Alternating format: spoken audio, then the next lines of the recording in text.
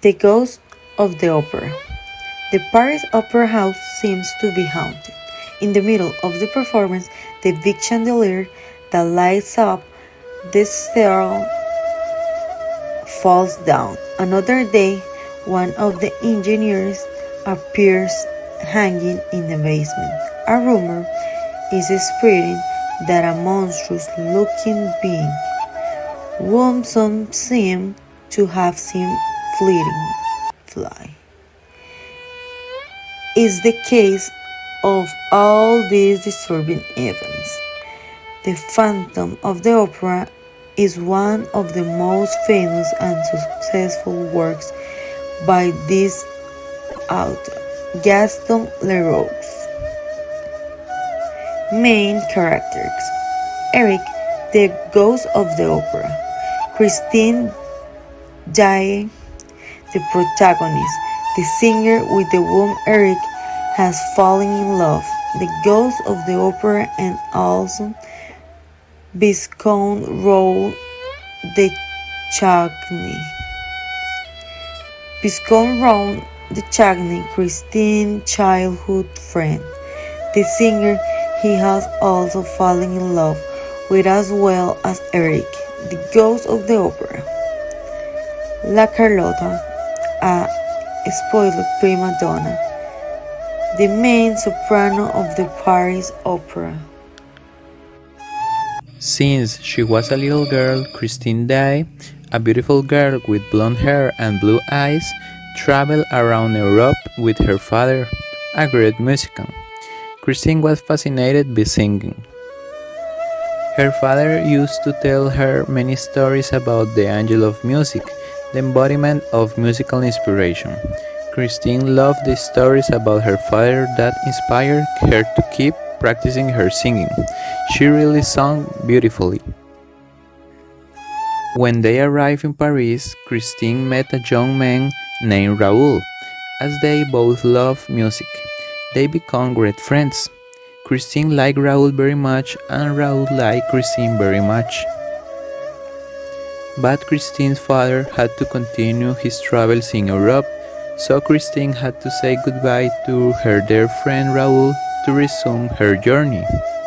After many years, Christine returned to Paris and had become a beautiful woman with a beautiful voice and obtained a place in the court at the Paris Opera, called Palais Garnier.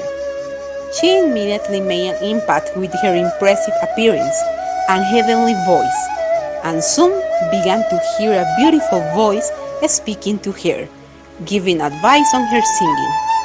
"Are you the angel of music?" Christine asked. "I am," answered the voice, "and I will show you a little of the music of heaven." The voice, however, belonged to Eric, a strange musical genius who had been living in the opera forever and was also called the Phantom of the Opera by the parishioners of the opera. The days passed and Christian was enchanted by the mysterious voice that skillfully led her to sing better and better. One night, it would be Christian's debut. Christian trumps and the gala and gathers a loud applause from the audience. Her old threefold friend Raoul was also at the opera and regarded his love for her. Raoul went to meet Christian afterwards and they talked of their long time. They here were still very fond of each other. Here and watching everything was Eric. Sometime after the gala, the Paris Opera played fought but again to Eric's wishes the law was to be played by a cousin Donna Carlotte and not by Christine. Angry at the decision of the directors, the ghost appeared to Carlotta, who was afraid and lost her voice. Then cut the cord of the great candlestick that collapsed on the audience. In the midst of the confusion, Eric kidnapped Christine and took her to the opera cellars, where she lived, revealing her true identity. Eric's voice was lovely and Christine began to feel attracted to her kidnapper.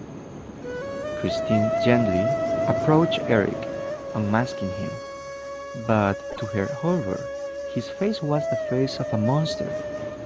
As he looked at Eric's face, he ran away crying. The next night, in another production of Faust, a big cloud of smoke suddenly appeared, and the lights went out. Eric jumped on stage and took Christine back with him.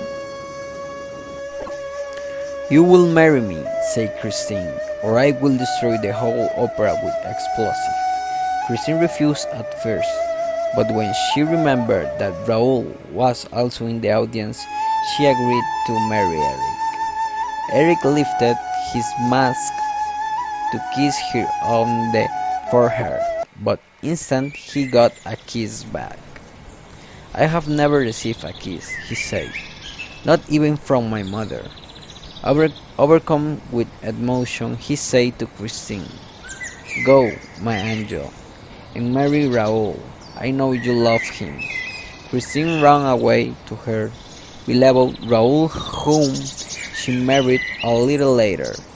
Thought about the ghost many times, but he was never to be seen again, although some people say he still haunts the Paris Opera.